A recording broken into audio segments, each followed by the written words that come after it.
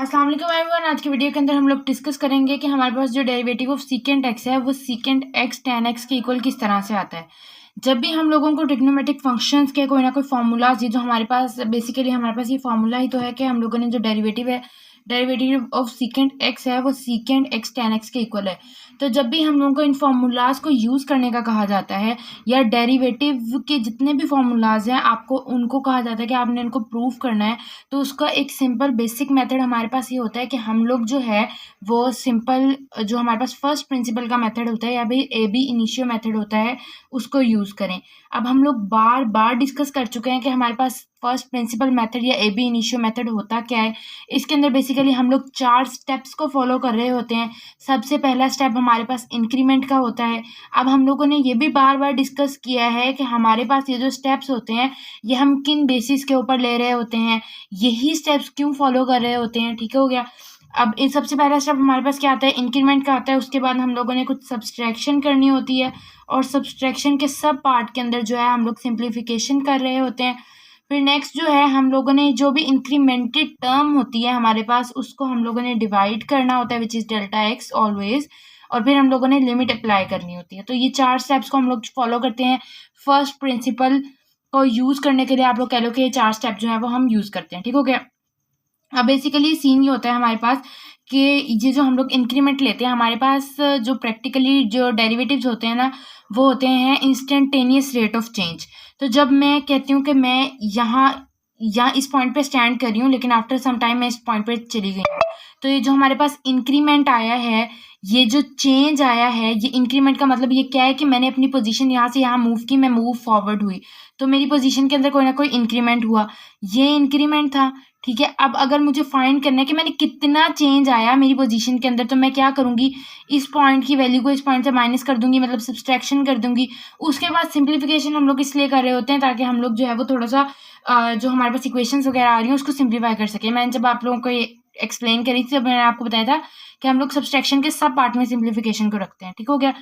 फिर हम लोगों ने जो है बेसिकली हम लोगों ने instantaneous rate of change find करना होता है, तो उसके लिए हम लोग जो है वो डेल्टा एक्स को डिवाइड करते हैं, मतलब उस पॉइंट को जिस पॉइंट को हमने इंक्रीमेंट किया होता है उसको हम लोग डिवाइड करते हैं।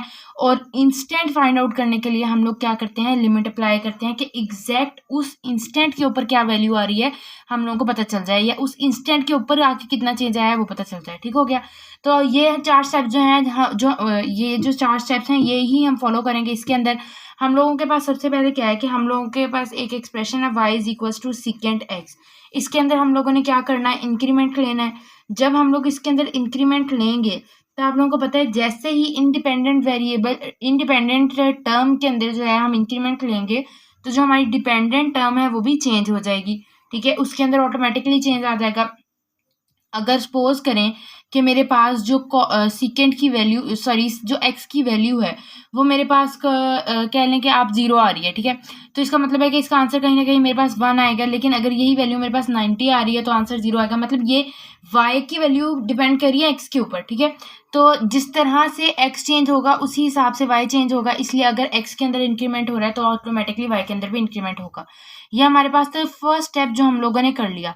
इसके बाद हम लोगों ने सब्सट्रैक्शन करनी है। ये हमारे पास है इंक्रीमेंटेड, ये हमारे पास है ओरिजिनल। हम लोग क्या करेंगे कि इसको सब्सट्रैक्ट करेंगे इक्वेशन 2 को इक्वेशन 1 में से। ठीक हो गया। ये छोटी छोटी लाइंस मैंने आप लोगों को पहले भी बताया था कि आप लोग जो है वो लिख लिया करें, सिर्फ इसलिए ताकि एग्जामिनर को आइडिया रहे कि आप लोगों को बहुत अच्छे तरीके से पता है कि आप लोग कौन से स्टेप्स कर रहे हैं। ठीक है। और इन स्टेप्स को करने का पर्पज़ क्या है, और साथ साथ जो हमारा एग्जामिनर है उसे ये पता रहे कि आप जिन स्टेप्स को फॉलो कर रहे हैं बेसिकली वो स्टेप्स हैं क्या क्या, मतलब उससे एक नज़र में समझ आ जाए कि बच्चे को सारा क्वेश्चन आता है। ठीक है। अब जब हम लोग जो है इसको सब्सट्रैक्ट करेंगे तो क्या होगा हमारे पास, y plus delta y minus y is equals to secant x plus delta x minus secant x। ठीक है। क्या करेंगे हम लोग, डेल्टा y लेंगे, यहाँ पे डेल्टा y आ जाएगा, और इसके साथ हम लोग क्या करेंगे, इसको हम लोग जो है वो कॉस की फॉर्म के अंदर चेंज कर लेंगे। अब ये जो स्टेप है ये सिंप्लीफिकेशन का स्टेप है। इस सिंप्लीफिकेशन के स्टेप के अंदर मैं आप लोगों को बार बार कहती हूँ, जब भी ट्रिग्नोमेट्रिक का कोई भी क्वेश्चन करवाती हूँ तो ये बात ज़रूर कहती हूँ कि हम लोगों ने जब सिंप्लीफिकेशन के स्टेप पे आना है तो हम लोगों ने इस अप्रोच को ज़रूर यूज़ करना है कि जो आपके पास टर्म है ना, जो आपके पास कहने के नोमिनेटर में टर्म आ रही है, वो कहीं ना कहीं आपके पास साइन ज़रूर आना चाहिए। क्यों? क्योंकि ना ये बात आप लोगों को ज़्यादा डिटेल में आगे अच्छे तरीके से एक्सप्लेन होगी, लेकिन फिर भी मैं आपको बता देती हूँ कि हमारे पास ना हमने डेल्टा एक्स को डिवाइड करना होता है, ठीक है, और फिर हमने लिमिट अप्लाई करनी होती है 0 की। तो ये हमारे पास ना हर बार 1/0 की या 0/0 की फॉर्म दे देता है। वो हमारे पास जो है वो इन्फिनिटी अनडिफाइंड स्टेट की तरफ मूव कर जाती है, वो फॉर्म जो एग्जिस्ट नहीं करती। तो हम लोग को इस सिचुएशन से बचने के लिए हम लोग जो है वो ज़्यादा हमारी कोशिश यही रहती है कि हम लोग साइन को जो है वो ऊपर नॉमिनेटर के अंदर ले आएँ, ठीक है, ताकि हम लोग एक फॉर्मूला है जिसको इम्प्लीमेंट कर सकें। जैसे जैसे मैं साथ साथ क्वेश्चन करूँगी आप लोगों को समझ आती जाएगी।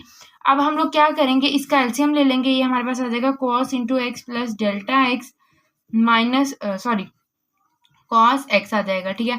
अब ये जो सिंपल जिस तरह से हम लोग करते हैं, अपना एलसीएम लेते हैं, उस तरह से मैंने ये एलसीएम लिया है। अगर cos delta x cos x plus delta x इसके डिनोमिनेटर में था तो cos x यहाँ चला गया। सिमिलरली दूसरे के साथ भी यही सीन हुआ है। अब हम लोगों को पता है, हम लोगों ने एक फॉर्मूला पढ़ा था एफएससी के अंदर, कि अगर हमारे पास मैट्रिक के अंदर के cos alpha minus cos beta होगा, ठीक है, तो हम लोग क्या करेंगे, ये हमारे पास इक्वल आएगा -2 into sine alpha plus beta by 2, ठीक है, sine alpha minus beta by 2, ठीक है। अब यहाँ पर अगर हम लोग देखें तो हमारे पास सीन ये है कि हमारे पास यहाँ पर अल्फा जो है वो क्या है, x है, और जो हमारे पास बीटा है वो क्या है, x प्लस डेल्टा एक्स है। तो हम लोगों ने सेम यही अप्रोच यूज़ करनी है और इसके हिसाब से करते जाना है, ठीक है।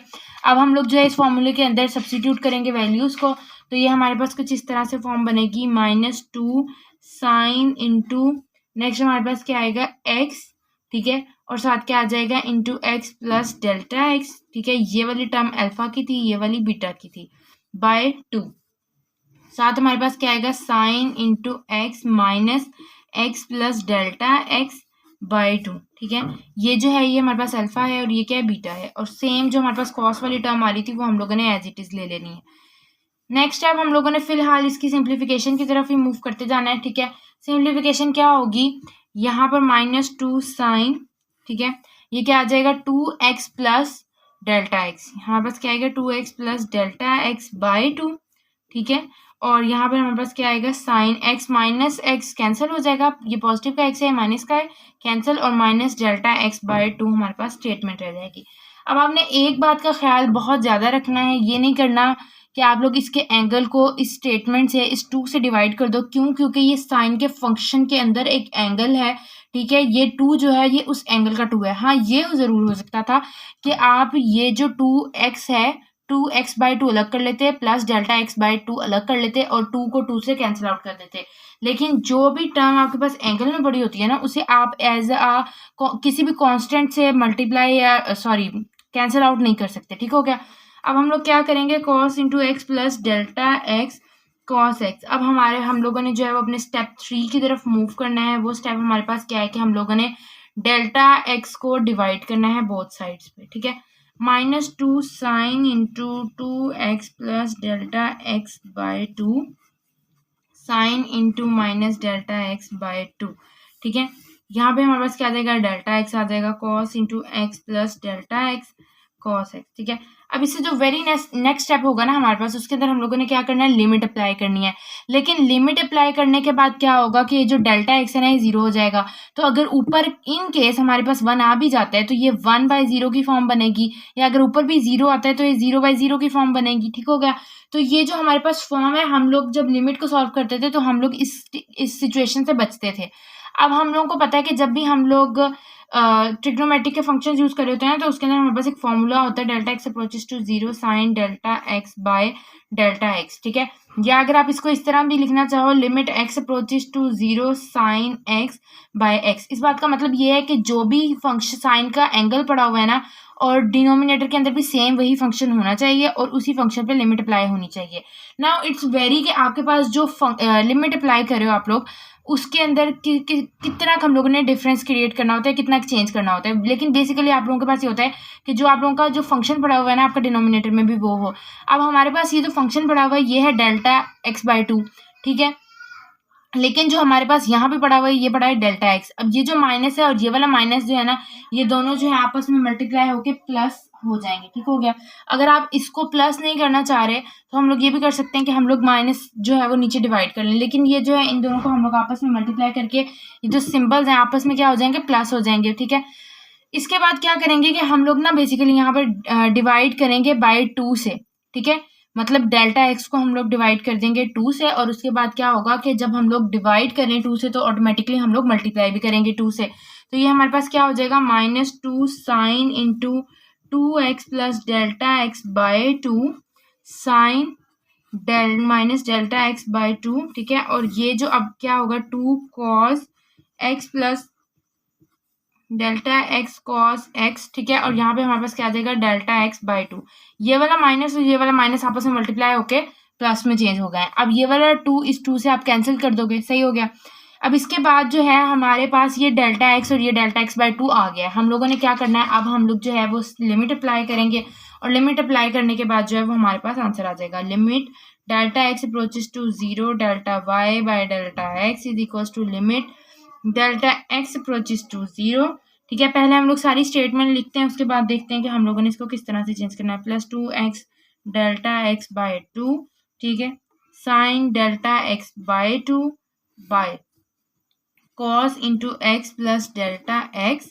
ठीक है। साथ हमारे पास क्या आ जाएगा, कॉस एक्स, और यहाँ पे क्या आ जाएगा, डेल्टा एक्स बाय 2। ठीक है। अब हम लोग क्या करेंगे कि हम लोगों को पता है कि जब लिमिट जो है वो दो ऐसे फंक्शंस जो आपस में प्रोडक्ट का रिलेशन लग रहे हैं उनके ऊपर लिमिट जो है वो सेपरेट सेपरेट अप्लाई हो जाती है, तो हम लोग उसको सेपरेटली अप्लाई कर लेंगे। ये जो फंक्शन है हमारे पास इसको हम सेपरेट कर लेंगे, और जो हमारे पास है डेल्टा एक्स वाला फंक्शन उसको हम सेपरेट कर लेंगे। ठीक है। Cos into x plus delta x cos x. ठीक है। Dot limit delta x approaches to 0 sine delta x by 2 by delta x by 2। ठीक हो गया। अब ये जो पूरी टर्म है देखें, इसके नीचे बाय 2 आप करोगे नहीं करोगे ये इस चीज से फर्क नहीं पड़ता। ठीक है। आप डेल्टा एक्स को जैसे ही 0 करोगे पूरी टर्म ने 0 हो जाना है। ठीक है। अब ये वाली जो पूरी टर्म है ये हमें आंसर दे देगी इज इक्वल टू 1 का, और इसके ऊपर हम लोगों ने देखना है कि हमारे पास लिमिट किस तरह से बनती है। यहाँ पर अगर डेल्टा एक्स 0 है तो यहाँ पे 0 यह देगा साइन 2x बाय 2। ठीक है। और यहाँ पे अगर यहाँ पे डेल्टा एक्स है तो यहाँ पे भी 0, मतलब कॉस एक्स आ जाएगा, which is equal to sine x cos x. अब अगर मैं इस सारी टर्म को सेपरेट कर दूं तो ये मेरे पास क्या बनता है, tan x। ठीक है। और अगर ये 1 बाय कॉस एक्स है तो ये किसके इक्वल आएगा, सेकेंड एक्स के लिए। आज के लिए बस इतना ही। Till then keep learning and keep exploring.